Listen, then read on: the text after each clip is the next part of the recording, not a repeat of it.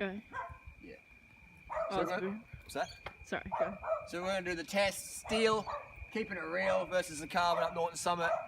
And I'm going to sit behind Dean. He's going to pace us up, and we're going to see how fast we can go. And then after the video, we'll go to check out Strava now and see how fast we went up there. Keeping it steel, it's the Sirota, SLX, Columbus, Davis, Finney, the rig. Okay, so if you want to go with my Strava, you can follow me on Strava. See all my training. It's free. I have 31,000 followers on Strava. I think it's the most of any non-pro rider. Verified athlete, Strava are enough boasting and trolling. Let's have a look at the steel versus carbon. So I sat behind Dean's wheel. Dean is a very, very fast, very strong rider. Yeah, I knew he would pace it really well. So I just sat behind Dean's wheel and I did my best to hold the wheel. I was definitely struggling at the end because I was doing, I did my PR watts up here. I've never ever pushed that many watts. I was using a cork power meter versus my stages, so maybe that had a different set and a different number, but 96 cadence, so that's my ideal TT, between 90 and 100 cadence. If you're a serious climber or a time trialist, you'll be doing 90 to 100, just as Chris Froome or Rowan Dennis or Bradley Wiggins or Lance Armstrong do. So let's have a look at the leaderboard here, so you can see I'm well back. The two down under came through. 11:06 is a record in a big bunch. I could probably do maybe 12:30 in a big bunch. Paced well, good fitness, but 11:06, that's professional pro tour. Pro tours. If you're not doing under 11:30, then you're not really going to be a pro rider. 11:30 would be sort of, you're going to be a good domestic. Doing a 10:30, you'll be a GC winner. All right, let's have a look at my results. So you can see my PR 12:57, 348 watts. So the 340s is my best ever. And we'll scroll down. That 424, if it doesn't have the lightning strike bolt next to it, it's not real. All right, it's not real. So if it's got lightning bolt, it's real power. Otherwise, it's just estimation. So I've done a fair few under 14s. We'll have to scroll down to.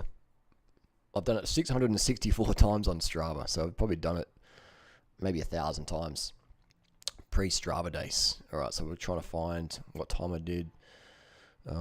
March 18. Where are we? 14.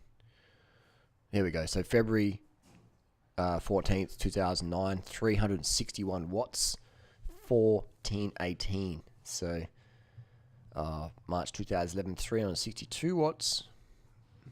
That, I think, that was a bit of a fuck up with the power meter there. I don't think that's really accurate. But we look at on the carbon bike, December 18th. I think that's the carbon bike. I'll look in a sec.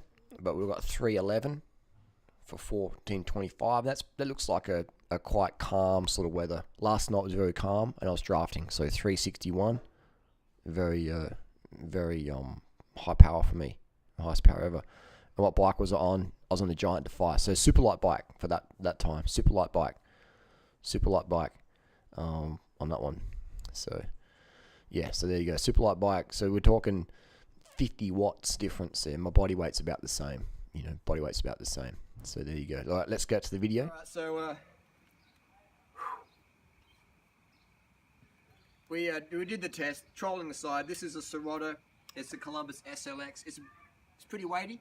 It ain't a super light. If you look at the position of it, it's quite a high bike. You sort of up in the wind. For me, there's two types of things to a bike. How it rides at 150 watts all day. This bike's cruising, good for that. At 400 watts, 350 watts, when you're really trying to go for it, this bike, you notice that I want to be more slanted, be lower, more aero, more tilted, aggressive. This isn't the bike for that at all. It's got quite a big head shoot. Look at that. It's perfect for cruising around. So that's a big factor as well. This is not in my opinion, for me, it's not a steel race bike. So it's not really an accurate test. Whereas my carbon bikes, we can see here, if we had this carbon bike, it's a lot lighter for one, and the bars sort of similar height, but the geometry, it just feels like it kicks you forward. It's got maybe a steeper seat angle. So there's things to consider as well. It's not just about the weight of the bike, it's also the stiffness when you put the watts down. But realistically, at 300 or 400 watts, all bikes are stiff enough, really. And tyres, we had similar quality tyres on there, fast tyres. And so yeah, definitely, this is a bike I put Natasha on.